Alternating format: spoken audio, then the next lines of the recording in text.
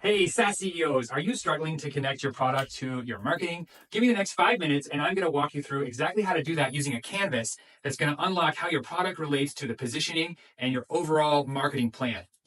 My name is Jean-Michel Moreau, and I help SaaS CEOs finally unlock product growth. I've been a chief product officer, chief marketing officer, and launched $250 million products. And I am going to show you how to use scientific advertising and the massive feedback method to unlock product growth. In each one of these episodes, I'm going to give you something immediately actionable so that you can unlock more growth. So this is the canvas.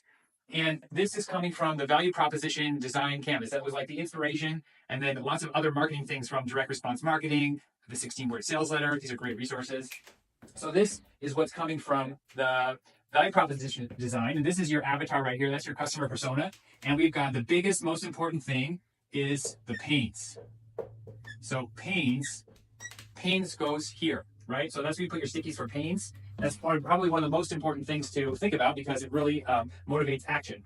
This is a little bit less important, but these would be gains. So like massive wins for the client, big dreams, big goals and outcomes. And then this would be what you put in here is the jobs to be done framework. So just the tasks and jobs they have to accomplish. But we've added on to it here. What we've added on is some marketing things that are really going to be helpful when you're trying to understand how to market to this person. You also need to know what are the things that they believe that ain't so. So these are false beliefs. And these are not like all their false beliefs. These are the false beliefs that are preventing them from being interested in your product, right? So that's the main thing here. The other thing that's very important are objections. I wrote objects. Objections.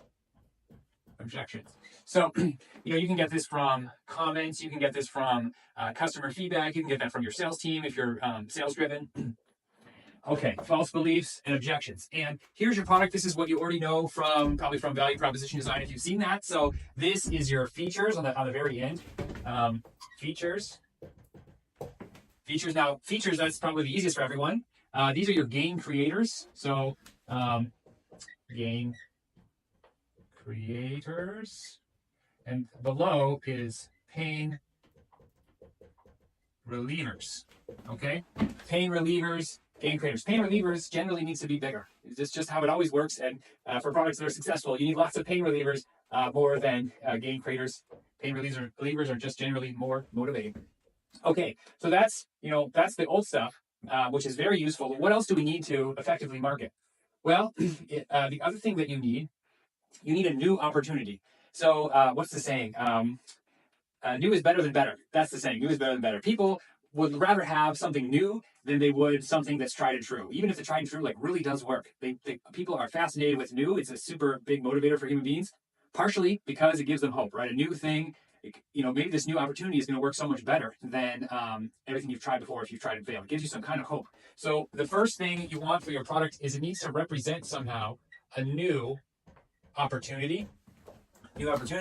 And then you need to have one belief.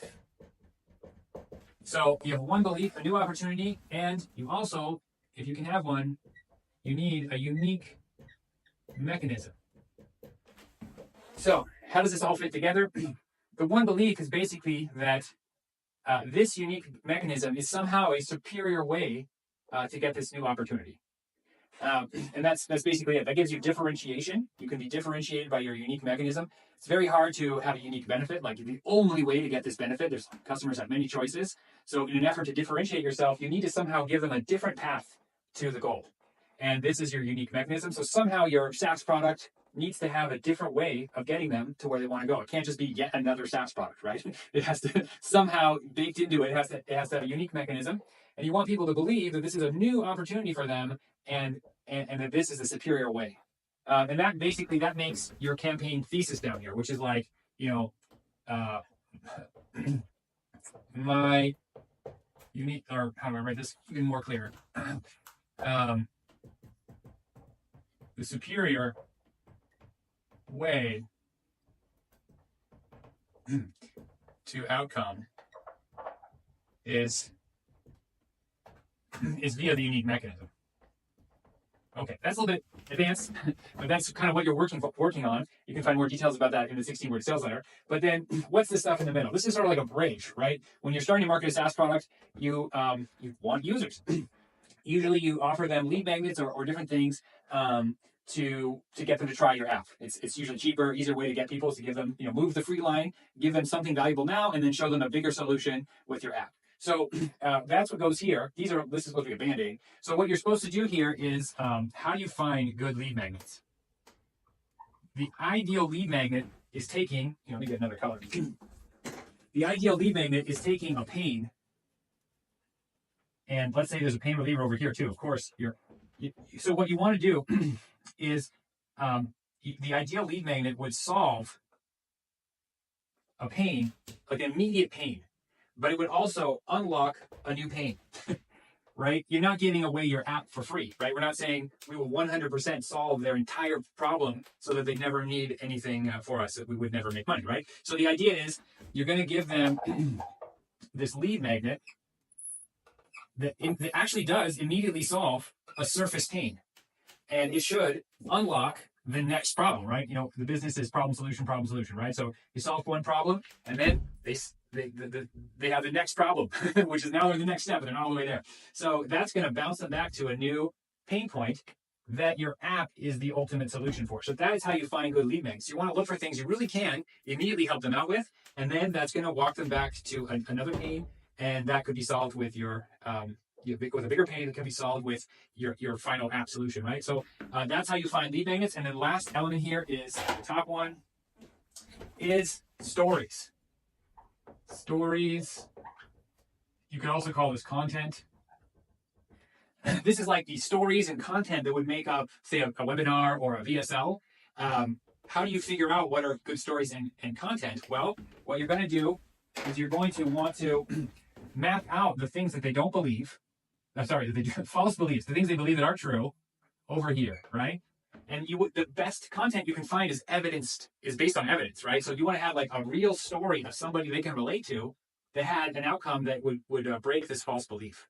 And what we want them to do is we want the stories to help them have the one belief that they need to buy our product. What do they need to believe to buy our product? So these stories start attacking the different false beliefs one at a time. It's the same for objections. What kind of stories can we tell to handle the objections that we're seeing evidence for? And it's just like in value proposition design and business model canvas design, you want to get evidence for these, right? Like what evidence do we have on these objections? What evidence do we have on these false beliefs? Okay, so that is looks like went on a little bit longer there. So that is the canvas. And if you want a copy of this for Miro,